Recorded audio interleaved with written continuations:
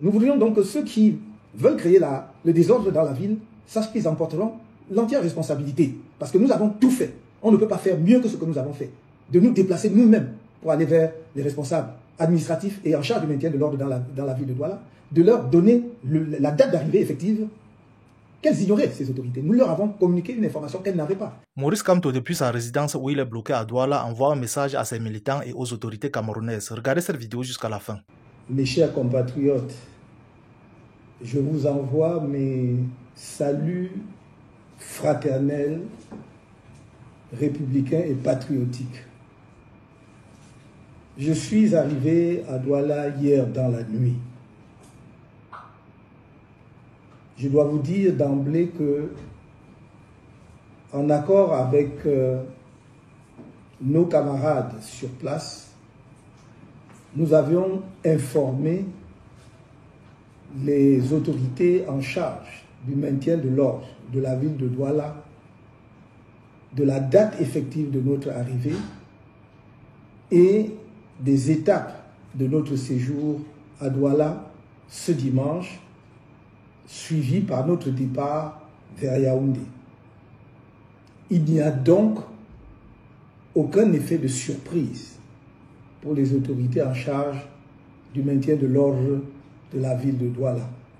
Nous avons été totalement transparents et nous avons voulu que cela se fasse de façon républicaine, avec leur accompagnement, avec leur encadrement, parce que nous sommes profondément attachés à la paix dans notre pays. Mais depuis ce matin, et probablement depuis hier soir déjà, le lieu où je suis descendu à Douala est entièrement bouclé par les forces de maintien de l'ordre. Et alors que je m'apprêtais à sortir pour venir à votre rencontre au siège du mouvement pour la renaissance du Cameroun à Douala, à Deido, on m'a fait savoir que non seulement il y avait eu un renfort des éléments des forces de maintien de l'ordre autour du bâtiment ou de l'immeuble où je suis descendu, mais également qu'il était impossible d'accéder au siège de notre parti à Douala. C'est un comportement que nous avons du mal à comprendre. Parce que manifestement, il ne s'agit pas d'un souci de maintien de l'ordre. Car si tel avait été le cas, le seul fait que nous-mêmes nous ayons porté spontanément toute l'information à la connaissance des forces de maintien de l'ordre aurait dissipé toute inquiétude par rapport au risque de dérapage. Au demeurant, jamais les citoyens camerounais qui, à chaque fois que j'ai fait un déplacement ici ou ailleurs, sortent massivement pour venir à ma rencontre, jamais ces Camerounais n'ont créé le moindre incident. Depuis 13 ans que le mouvement pour la renaissance du Cameroun existe. Alors la question se pose, que veut-on exactement de nous?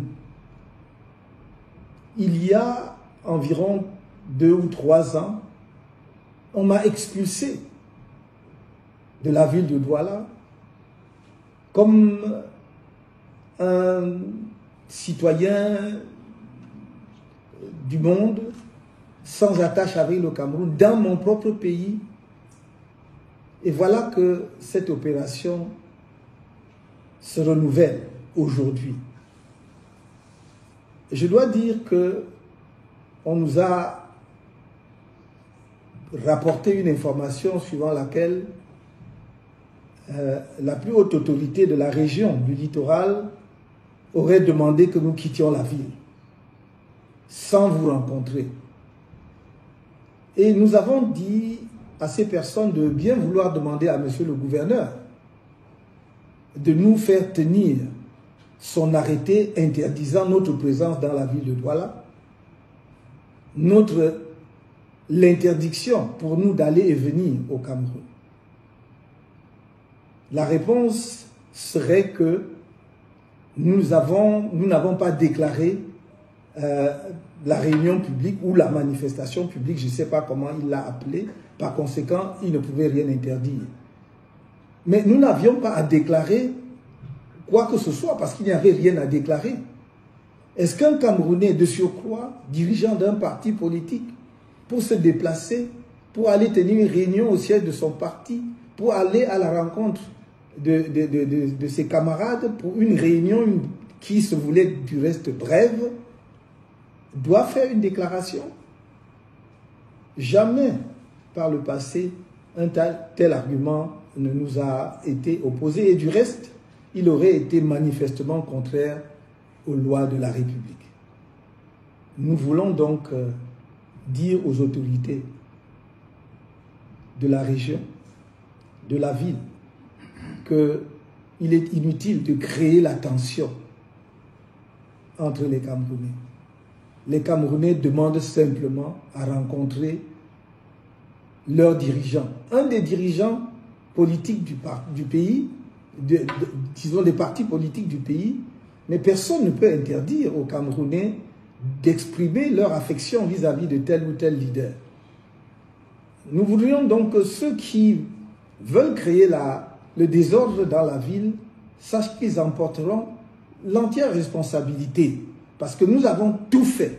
On ne peut pas faire mieux que ce que nous avons fait, de nous déplacer nous-mêmes pour aller vers les responsables administratifs et en charge du maintien de l'ordre dans la ville de Douala, de leur donner la date d'arrivée effective qu'elles ignoraient, ces autorités. Nous leur avons communiqué une information qu'elles n'avaient pas. Nous leur avons donné le plan de notre activité, de notre séjour à Douala.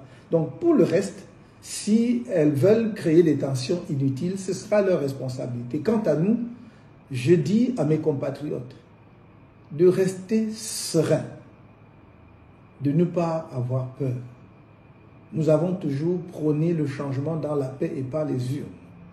Nous n'avons jamais changé notre option fondamentale en la matière.